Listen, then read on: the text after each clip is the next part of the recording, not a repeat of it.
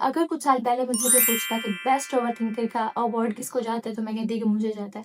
मैं इतना ओवरथिंक करती थी, मुझे इंसोम्निया था, मुझे माइग्रेन था, मैं सो ही नहीं पाती थी। मुझे लगता था हर टाइम पे मेरा दिमाग ऐसे चटर-पटर कर रहा है। मुझे ऐसे लगता था कि मेरे दिमाग पे इस तरह से अक्सर ऐसा होता है ना कि आपको लगता है कि एक पर्दा आ गया है, एक धुंध आ गई है। मैं उसको चीज़ों को प्रोसेस ही नहीं कर पाती थी। मैं कोई डिसीजन नहीं ले पाती थी। जब भी कोई सिचुएशन ऐसी आती थी, मैं इतना ओवरथिंक करती थी, मुझे पता है मैं कोलैप्स कर जाता था मेरा दिमाग। मुझे इतना शदीद माइग्रेन होता था, लिटरली मैं आप लोगों को बता नहीं सकती कि 48 आवर्स माइग्रेन का जो टाइम स्पैन होता है वो तकरीबन 2 दिन चलता है। तो मेरी जो लेफ्ट वाली आँख होती थी वो अक्सर स्वेल हो जाती थी। मैं सो नहीं पा रही, मैं कुछ खा नहीं पा रही, मेरा दिमाग काम नहीं कर रहा, मैं कोई रिस्पॉन्स नहीं कर पा रही और मैं ऊपर से इतना ओवरथिंक कर रही हूँ। तो इस वीडियो में वो सारी चीज़ें मैं आप लोगों के साथ शेयर करने वाली हूँ कि जिसने मुझे हेल्प की और आई एम श्योर कि वो आपको भी हेल्प करेंगी। सबसे पहली चीज़ तो ये है कि लोग जो भी आपके बारे में कह रहे होते हैं, वो आपके बारे में नहीं होता। लोग आपके बारे में बात नहीं करते। वो उनकी अपनी इनसिक्योरिटीज़ होती हैं, वो उनके अपने फ़ियर्स होते हैं, वो उनके अपने ट्रॉमास होते हैं जिसको वो आप पे प्रोजेक्ट करते हैं। तो हम जब ये सोच रहे होते हैं ना कि लोग मेरे बारे में क्या कहेंगे, हम कोई भी काम करते हैं और हमें उससे पहले ये फ़ियर होता है कि फलाँ क्या कहेगा, फलाँ क्या कहेगा? अगर मैं उसको कोई जवाब दूँगी तो मुझे ये कहेंगे कि तुम कितनी अक्ल वाली हो, तुम कितनी एटीट्यूड वाली हो। तो आपने हमेशा एक चीज़ याद रखनी है कि लोग जो है वो आपको नहीं एक्सप्लेन कर रहे, लोग आपके बारे में नहीं कह रहे बल्कि वो अपना आप ही दिखा रहे हैं। जो हम खुद होते हैं, जो हमारे अंदर चीज़ें होती हैं, वैसे ही हम दुनिया को देखते हैं, वैसे ही हम लोगों को जज करते हैं। तो आपने एक बात जो है वो अपने दिमाग में बिठा लेनी है कि पहली चीज़ तो ये है कि लोगों के ओपिनियंस मैटर करते नहीं हैं। दूसरी चीज़, अगर कोई मुझे कह भी रहा है कुछ ऐसा कि जो मुझे बुरा लग रहा है, कि जो मुझे एक्सटर्नली इफ़ेक्ट कर रहा है, तो अपने आप को याद दिलाएँ कि वो मेरे बारे में नहीं है, कुछ भी पर्सनल नहीं होता, वो उस शख्स के बारे में है। वो अपने आप को दिखा रहा है। इसी तरह कुरान हमें क्या बताता है कि जो लोग बातें कुछ और करते हैं, मुनाफिकीन के बारे में आता है कि वो क्या कहते थे कि हम तो ईमान ले आए, लेकिन क्या है कि बाहर जाके कहते थे कि हमने तो झूठ बोला है। और उनके बारे में क्या आता है कि वो क्या कहते हैं, युखादिऊन अल्लाह वल्लज़ीना आमनू, कि वो अल्लाह को धोखा दे रहे हैं। उनको लगता था कि वो अल्लाह को धोखा दे रहे हैं और जो ईमान वाले हैं उनको धोखा दे रहे हैं। अब अल्लाह ताला उनको क्या रिस्पॉन्स देते हैं, वमा यख़दाऊना इल्ला बिअनफुसिहिम, कि वो सिर्फ जो उनके अंदर है अपने आप को धोखा दे रहे हैं। तो जो भी शख्स आपके बारे में बात करता है, वो आपके बारे में नहीं बात करता, वो अपने आप को धोखा दे रहा होता है। वो अपनी जो है इनसिक्योरिटीज बाहर निकाल रहा होता है, वो अपने जो है फियर्स बाहर निकाल रहा होता है। जो उसको अपने मसले होते हैं वो उसको बाहर निकाल रहा होता है। तो जब आप अपने आप को इस चीज से डिटैच कर लेंगे कि लोग जो है वो मेरे बारे में कुछ नहीं कह रहे, कुछ भी पर्सनल नहीं है, उनकी बातें, उनके ओपिनियंस, उनकी रिजेक्शन कुछ भी पर्सनल नहीं है, तो क्या होगा कि आप बॉदर करना छोड़ देंगे, आप उनको रिस्पॉन्स करना छोड़ देंगे, आपको फ़र्क ही नहीं पड़ेगा, कोई क्या कह रहा है, आप अपने आप को फ्री कर लेंगे। अल्लाह ताला आपको जवाब दे रहे हैं, वमा यख़्दऊना इल्ला बिअनफुसिहिम, कि वो तो खुद को धोखा दे रहे हैं। उसके बाद ये है कि हम उस रीज़न को भी जानने की कोशिश करें कि हम क्यों हर टाइम पे सेकंड थॉट देना शुरू कर देते हैं। जब भी हमें कोई बात करता है, जब भी कोई इंसान जो है वो हमारे बारे में कुछ भी कहता है, तो क्या होता है कि हम उस पे इतना ओवरलुक करते हैं, इतना उसको ओवरथिंकिंग करना शुरू कर देते हैं कि अच्छा इसने ऐसे कहा तो उसका मतलब ऐसे होगा, इसने मेरे बारे में ये सोचा होगा, वो सोचा होगा। तो अपने आप से पूछिए कि मेरी इनसिक्योरिटीज़ क्या है? हमारी भी इनसिक्योरिटीज़ होती हैं, हमारे फियर्स होते हैं, हमारे ट्रॉमास होते हैं, कुछ ना कुछ हमारे अंदर चल रहा होता है। तो अपने आप से सवाल करें कि कोई भी मेरे इस बारे में जब कोई बात इस तरह की करता है, तो मैं इतना अपने आप पे ओवर क्रिटिक क्यों हो जाती हूँ? मैं क्यों अपनी जो है मेरी सेल्फ वर्थ इतनी डाउन चली जाती है कि मैं अपनी वर्थ को क्वेश्चन करने लग जाती हूँ। मेरे साथ ये होता था कि मैं कभी भी अपनी फैमिली के बारे में ओपनली बात नहीं कर पाती थी। मेरे अब्बू कभी भी सपोर्टिव नहीं थे, फाइनेंशियली सपोर्टिव नहीं थे, इमोशनली सपोर्टिव नहीं थे। तो अब 2 ऑप्शंस होते हैं कि अगर जो है कोई भी ऐसा ट्रॉमा आपका चाइल्डहुड चल रहा है आपके साथ, तो कभी-कभी कुछ लोग ऐसे होते हैं कि जो चीज़ें नहीं होती इमेजिनरी लोगों को बताना शुरू कर देते हैं कि मेरे घर में तो ऐसे होता है, वैसे होता है। जो होते नहीं है वो लोगों को दिखाना शुरू कर देते हैं। या फिर दूसरा ऑप्शन ये होता है कि आप उस पे खामोशी इख्तियार कर लेते हैं। तो मैं कभी भी अपने अब्बू के बारे में खुल के बात ही नहीं करती थी। मैं अपनी अम्मी के बारे में बात कर लेती थी, मैं अपनी बहनों के बारे में बात कर लेती थी, लेकिन मेरे अब्बू का मेरी ज़िंदगी में इस तरह सच कोई रोल नहीं था। तो मैं उन पे कोई बात नहीं करती थी, मैं खामोशी इख्तियार करती थी। लेकिन बैक ऑफ द माइंड मेरे अंदर इनसिक्योरिटी थी, मैं चाहती नहीं थी कि अगर मैं कोई इस तरह की बात करूँगी लोगों को पता चले कि मतलब जो मेरा बैकग्राउंड है वो इस तरह का है। मोस्टली ऐसे होता था कि मैं एक फेमस बच्ची थी, स्कूल में भी, कॉलेज में भी। तो मेरी दोस्तें मुझे बहुत नोटिस करती थी, लड़कियाँ, कि तमन्ना तुम कभी भी अपने अब्बू के बारे में बात नहीं करती हो। तो मैं कहती थी कि वैसे ही नहीं करती, लेकिन जब भी मुझे कोई ऐसा कहती थी और मैं इतना ओवरथिंक करती थी कि इसने क्यों सोचा होगा, फलाँ-फलाँ, ये है, वो है। तो या फिर मैं एकदम से रिएक्टिव हो जाती थी कि मतलब मैं तो वैसे भी अपनी फैमिली के बारे में नहीं बता रही होती, जो मैं अपने अब्बू के बारे में क्या बताऊँ। तो आप अपने आप से पूछें कि आपकी क्या रीज़न है? कौन-सी ऐसी इनसिक्योरिटी है जिसको आप छुपाने की कोशिश कर रहे हैं और उसकी वज़ह से या तो आप रिएक्टिव हो रहे हैं या आप ओवरथिंकर हो बन रहे हैं। कोई कुछ भी कह रहा है, कोई भी ओपिनियन दे रहा है या फिर नॉर्मली आपसे कुछ कह रहा है कि जो वो इनसिक्योरिटी है या आपका ट्रॉमा है वो ट्रिगर हो जाता है और फिर क्या होता है हमारा लूप स्टार्ट हो जाता है। किसी ने कुछ कहा, हमारा ट्रॉमा ट्रिगर हुआ और क्या है कि हम ओवरथिंकिंग स्टार्ट हमारी शुरू हो गई। तो अपने आप से देख पूछें, अपने आप को गौर करें, अपने आप से सवाल करें कि मेरी ऐसी क्या इनसिक्योरिटीज़ हैं जिसकी वज़ह से मेरी जो ओवरथिंकिंग का प्रोसेस है वो कभी भी खत्म नहीं होता। ये चीज़ मुझे समझने में बहुत टाइम लगा कि आपके पेरेंट्स आपको डिफाइन नहीं करते, आपकी फैमिली आपको डिफाइन नहीं करती। अगर आपके पेरेंट्स में, आपकी फैमिली में प्रॉब्लम्स चल रहे हैं तो वो आपकी सेल्फ वर्थ को डिफाइन नहीं करेंगी वो चीज़ें। अगर उनके साथ प्रॉब्लम्स हैं, आपके माँ-बाप जो हैं वो हील नहीं हैं, वो उनके मसले चल रहे हैं आपस में, तो वो आपको डिफाइन नहीं करेंगे। जिन लोगों ने आपसे प्यार करना होगा, जिन लोगों ने आपकी परवाह करनी होगी, वो आपके इन प्रॉब्लम्स को जानने के बाद भी करेंगे। आप जितना भी उनको छुपा लेंगे, आप जितना भी इस पे खामोश रहेंगे, जितना भी आप जो है कोई आपसे पूछेगा तो आप ट्रिगर होके रिएक्टिव होंगे, लेकिन एट द एंड उनको पता चल ही जाएगा। तो जितना जल्दी हम उन चीज़ों को एक्सेप्ट कर लें कि ये चीज़ें मेरी ज़िंदगी में हैं और अगर जो आप कोशिश कर सकते हैं उसको चेंज करने की, तो कोशिश कर लें उसको चेंज करने की। और ज़्यादातर क्या होता है कि हम अपने पेरेंट्स को चेंज नहीं कर सकते। जो चीज़ें आपके कंट्रोल में हैं उनको चेंज कर लें और जो चीज़ें आपके कंट्रोल में नहीं है उनको चेंज हम नहीं कर सकते, बस उनको एक्सेप्ट कर लें। और हमेशा याद रखें कि अल्लाह ताला ने क्या फरमाया, वलक़द करमना बनी आदम, कि हमने बनी आदम को इज़्ज़त दी है। अल्लाह ताला ने आपको इज़्ज़त वाला बनाया है, रिस्पेक्टेबल बनाया है। कोई भी एक्सटर्नल फैक्टर आपसे वो रिस्पेक्ट नहीं छीन सकता। आपके पेरेंट्स का अच्छा होना, बुरा होना आपसे इज़्ज़त नहीं छीन सकता। सिर्फ़ आपके अपने अमाल हैं, सिर्फ़ आपके अपने एक्शंस हैं जो आपकी इज़्ज़त और बेइज़्ज़ती पे मैटर करते हैं, जो आपकी इज़्ज़त और बेइज़्ज़ती पे इफ़ेक्ट करते हैं। उसके अलावा कोई चीज़ नहीं इफ़ेक्ट करती। अगर आपका भाई, आपकी बहन कुछ भी इस तरह का कर रहे हैं, तो वो आप पे इफ़ेक्ट नहीं करना चाहिए क्योंकि आप एक डिफरेंट पर्सन हैं, आप एक डिफरेंट इंडिविजुअल हैं। अल्लाह ताला आपको डिफरेंट तरह से देखते हैं। अल्लाह ताला आपको पूरी एक होल फैमिली के तौर पे नहीं देख रहे होते। तो हमेशा अपनी इनसिक्योरिटीज़ जो आपके कंट्रोल में नहीं है, उनको एक्सेप्ट करें और लेट गो कर दें, कि जिनको हम चेंज ही नहीं कर सकते। जब हम चेंज नहीं कर सकते, तो फिर हम क्या कर सकते हैं? कुछ भी नहीं। अगर तो फिक्स कर सकते हैं, तो अच्छी बात है, फिक्स कर लें, नहीं कर सकते तो कोई नहीं। उसके बाद जो नेक्स्ट चीज़ है, वो है बी इन द प्रेज़ेंट। हमेशा जो है वो प्रेज़ेंट में रहें। हमारा प्रॉब्लम क्या है कि या तो हम पास्ट में रहते हैं या हम फ्यूचर में रहते हैं। पास्ट में हमारे आधे से ज़्यादा मसले तो ये होते हैं, हम ये सोचते रहते हैं, हम रिग्रेट में रहते हैं, काश अगर मैं ऐसा ना करती। अगर आप किसी रिलेशनशिप में हैं, आपका रिलेशनशिप खत्म हो गया, आप सोचते हैं कि या दोस्ती आपकी खत्म हो गई या किसी ने आपको कोई बात कह दी, आप कहते हैं कि काश मैं ऐसा ना कहती, उस टाइम पे ऐसा ना करती, वैसा ना होता। तो याद रखें कि डिटैच होना सीखें।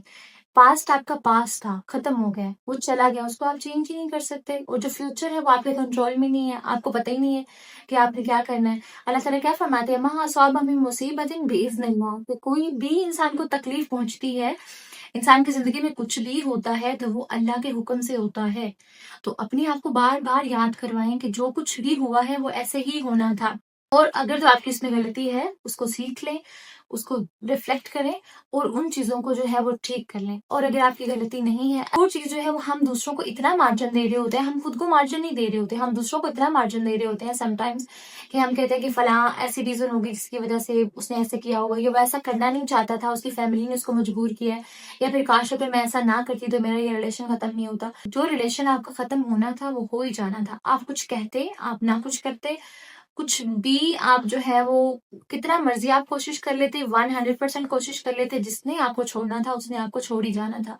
जो दोस्ती आपकी खत्म होनी थी वो खत्म हो ही जानी थी। जो आपकी किस्मत में नहीं लिखा वो आपको नहीं मिलना था।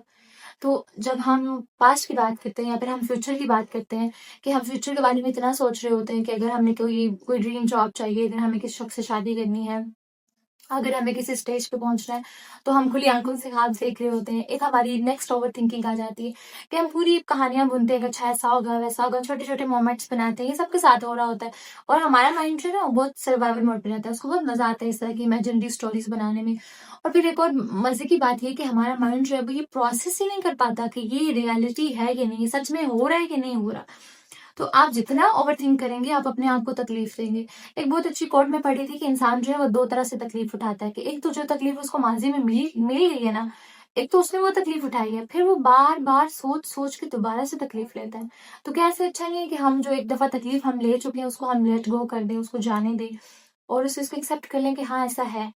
बहुत सारे हमारे प्रॉब्लम्स का हल जो है वो सिर्फ़ एक्सेप्टेंस में है। आप उसको एक्सेप्ट कर लें कि ऐसा हो गया है, बस ठीक है, खत्म। अब मुझे आगे क्या करना है? नेक्स्ट स्टेप मेरा क्या है? और जब हम फ्यूचर की बात करते हैं, तो क्या होता है कि अक्सर हम इतना ओवरथिंक करते हैं, हमारा माइंड जो है वो ये डिफरेंशिएट नहीं कर पाता कि ये प्रेज़ेंट में हो रहा है, ये नहीं हो रहा। जो आप सोच रहे हैं वो उसी को वैसे ही परसीव करते हैं।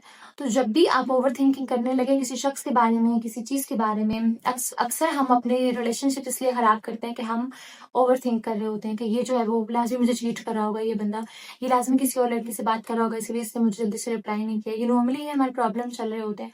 इसने ऐसे किया होगा, इसकी वजह से ये लेट घर आया, या कुछ भी हम ओवरथिंकिंग कर रहे होते हैं, तो हमारा माइंड उसको ऐसे ट्रीट कर रहा होता है कि जैसे ये सच में हो रहा है।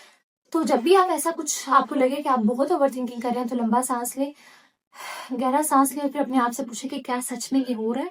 क्या वाक़ई ही ये हो रहा है या फिर सिर्फ़ मेरा माइंड जो है इसको थिंक कर रहा है? तो अपने आप से जब आप पूछेंगे, थोड़ा रिलैक्स होके पूछेंगे, तो क्या होगा कि आप जो है उस चीज़ को, उस सिचुएशन को बेहतर तरीके से हैंडल कर पाएँगे।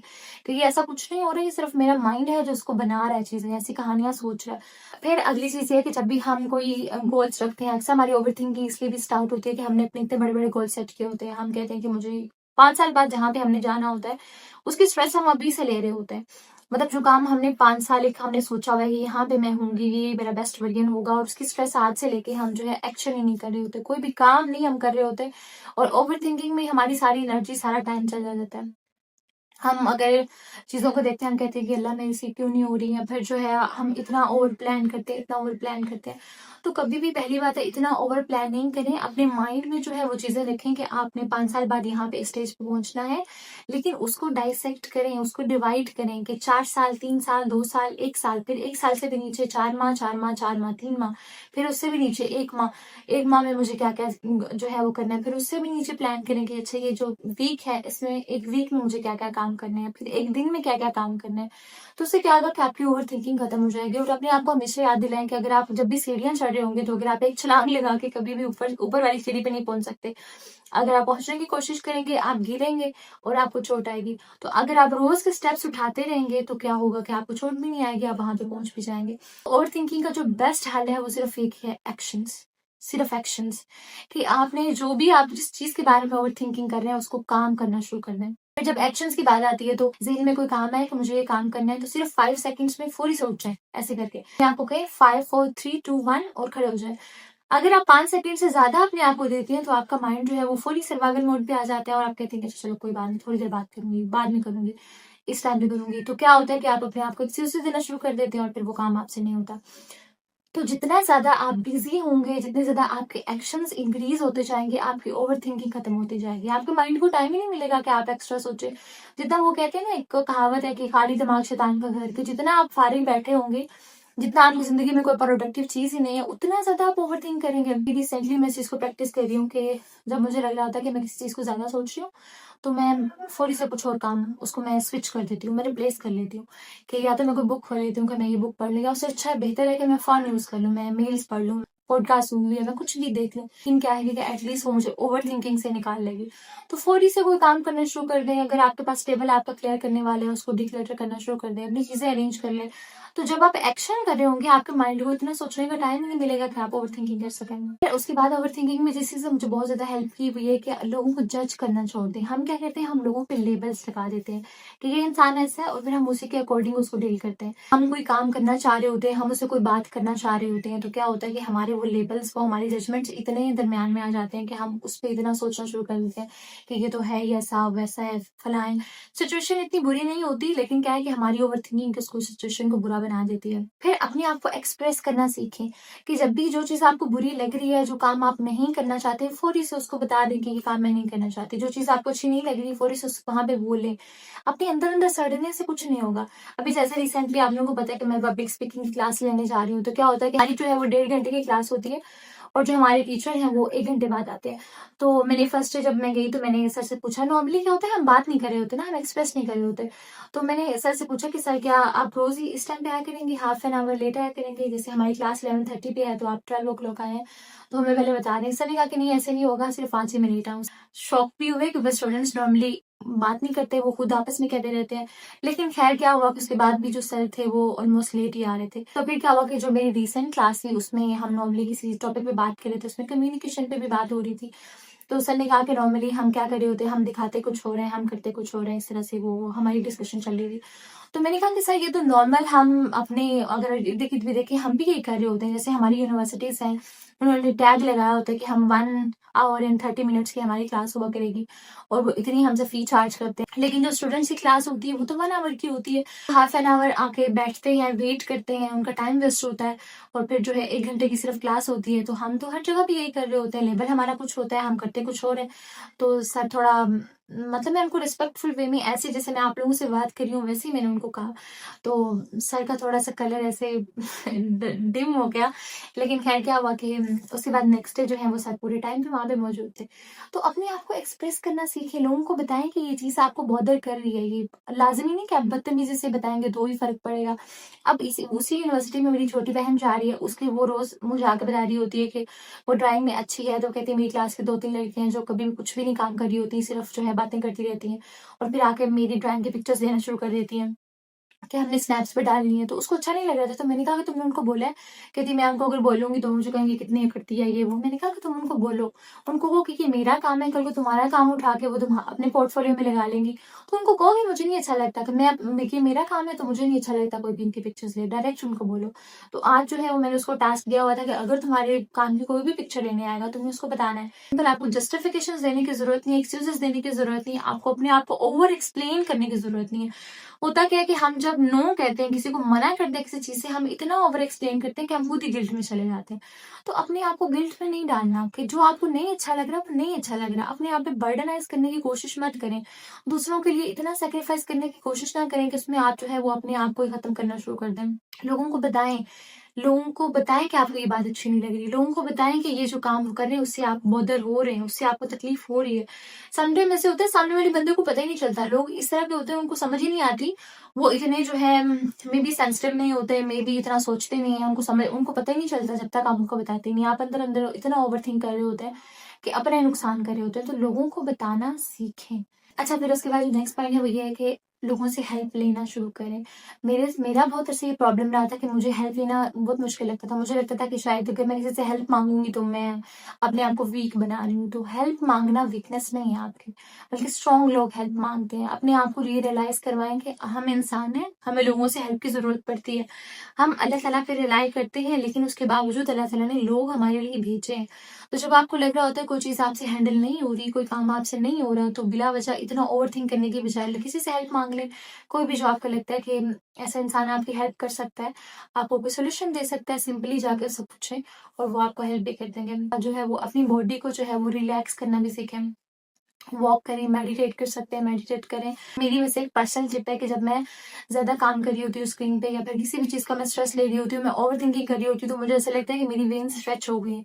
मतलब मेरा माइंड जो है ना, मैं सो नहीं पाती, सबसे ज़्यादा प्रॉब्लम मेरे साथ यहाँ पे आके होता है। तो फिर मैं अपनी अम्मी से कहती हूँ मुझे ऑयलिंग कर दें या फिर यहाँ पे ये मेरी वेन्स ऐसे खिंच जाती हैं या फिर जो है ना ऐसे अंदर जैसे नॉट्स बन जाती हैं ना, उसको हम गिल्टियाँ कहते हैं, तो वो इस तरह से बन जाती हैं। तो मैं अपनी अम्मी से कहती हूँ कि मुझे मसाज कर दें यहाँ पे ऑयल लगा के और फिर जो है ऊपर से लेके ऐसे इस तरह से नीचे मेरी अम्मी मुझे अक्सर शोल्डर पे मसाज कर देती हैं, दोनों साइड पे। आजकल मेरी बहन यहाँ पे है तो मैं उसको कहती हूँ। तो उससे क्या होता है कि आपकी बॉडी रिलैक्स हो जाती है क्योंकि हमारे यहाँ कोई ख़ास मसाज वगैरह का कोई कॉन्सेप्ट नहीं है। मॉइस्चराइज़र आप यूज़ करें ताकि आपकी बॉडी जो है वो हाइड्रेटेड रहे। अक्सर ये भी होता है कि आपकी बॉडी डिहाइड्रेटेड होती है, आप इतना पानी नहीं पी रहे होते, आप जो है वो इतनी इस तरह की चीज़ें नहीं खा रहे होते। तो क्या होता है कि उससे भी आपकी बॉडी जो है ना वो इस तरह की हो जाती है कि आप जो है वो ज़्यादा चीज़ों को फ़ील करना शुरू कर देते हैं। फिर इसी तरह वॉक पे जाएँ, ख़ास तौर पे वॉक पे जाएँ। जब हमारी बॉडी मूव करती है तो हमारे अंदर से हार्मोन्स जो हैं वो रिलीज़ हो जाते हैं, केमिकल्स रिलीज़ होते हैं। हम जो है ना वो रिलैक्स फ़ील करते हैं। फिर नेक्स्ट जो है वो कि जब भी मैं ओवरथिंकिंग कर रही होती हूँ, मुझे लग रहा था कि मेरा माइंड जो है वो कंट्रोल में नहीं आ रहा, तो मैं जाकर शॉवर लेती हूँ हमेशा से और ये बहुत उससे फ़र्क पड़ता है। जब पानी पड़ता है तो क्या होता है कि आप जो है वो रिलैक्स फ़ील करते हैं। तो ये मैं आप लोगों को पर्सनल टिप्स बता रही हूँ कि जो मेरे लिए काम करती हैं। और फिर ज़िक्र करें अल्लाह ताला का। जब भी आपको लग रहा है कि आपकी ओवरथिंकिंग का साइकिल स्टार्ट होने वाला है, उसको फ़ौरी से रिप्लेस कर दें। मैं हमेशा उसको ज़िक्र से, तस्बीह से रिप्लेस कर देती हूँ। मैं फ़ौरी से वहाँ से उठती हूँ कि अब मुझे इसको लंबा नहीं करना क्योंकि अक्सर ऐसे होता है, बहुत साल मेरे साथ ऐसे होता था कि मैं जो है वो ओवरथिंकिंग मैं इतना करती थी, और मैं इतना जो है वो अपने हीलिंग के प्रोसेस को लंबा कर देती थी खींच के, कि 2-2 3-3 दिन मैं बेड पे पड़ी रहती थी। और जब आप लाइट में नहीं जाते, लाइट में बाहर जाएँ, थोड़ा बाहर निकलें, उससे भी क्या होगा कि आपकी सनलाइट आपको बहुत ज़्यादा जो है वो आपको क्योर करती है। तो आप जो है उठें फ़ौरी से, और फिर क्या है थोड़ी वॉक करें, तस्बीह करें, और उससे क्या होगा आप अच्छा फ़ील करेंगे। फिर उसके अलावा जो है वो आयात सकीना सुनें।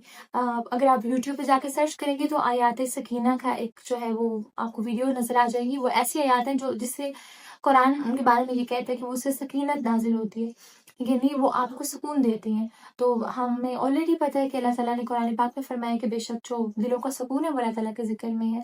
तो कुरान को सुने, इस तरह की प्लेलिस्ट जो भी आपको कार्य अच्छे लगते हैं उनको कोशिश करें कि उस टाइम पे सुनना करें। फिर जो है अपने माइंड को जो है ना वो साइलेंट कराने की कोशिश करें। आपका माइंड साइलेंट कैसे हो सकता है? थोड़ी देर के लिए बैठें, जब भी आप सोने लगते हैं तो क्या करें कि आप जो है वो, अभी रिसेंटली मैं ये काम कर रही होती हूँ कि जब हम सोते हैं तो क्या होता है सारे दिन की बातें हमारे ज़हन में आती रहती हैं। तो आप क्या करें कि आप अपनी जो ब्रेथ है उस पे फ़ोकस करें, कि जैसे आप साँस ले रहे हैं उसको फ़ील करने की कोशिश करें। उससे आपको खुद फ़ील होता है कि आपका माइंड जो है ना वो एकदम से साइलेंट हो जाता है। तो ये बहुत अनकम्फर्टेबल चीज़ लगती है आपको, आप हार्डली 10 सेकंड्स कर पाते हैं, लेकिन जितना ज़्यादा आप कोशिश करेंगे ऐसा-ऐसा क्या होगा कि आपका वो जो है वो टाइम स्पेंड बढ़ता जाएगा। फिर जर्नलिंग लाज़मी करें, मतलब मेरे लिए, मेरे पास कोई ढेरों जर्नल्स हैं। हर टॉपिक के लिए मेरे पास डिफरेंट जर्नल है।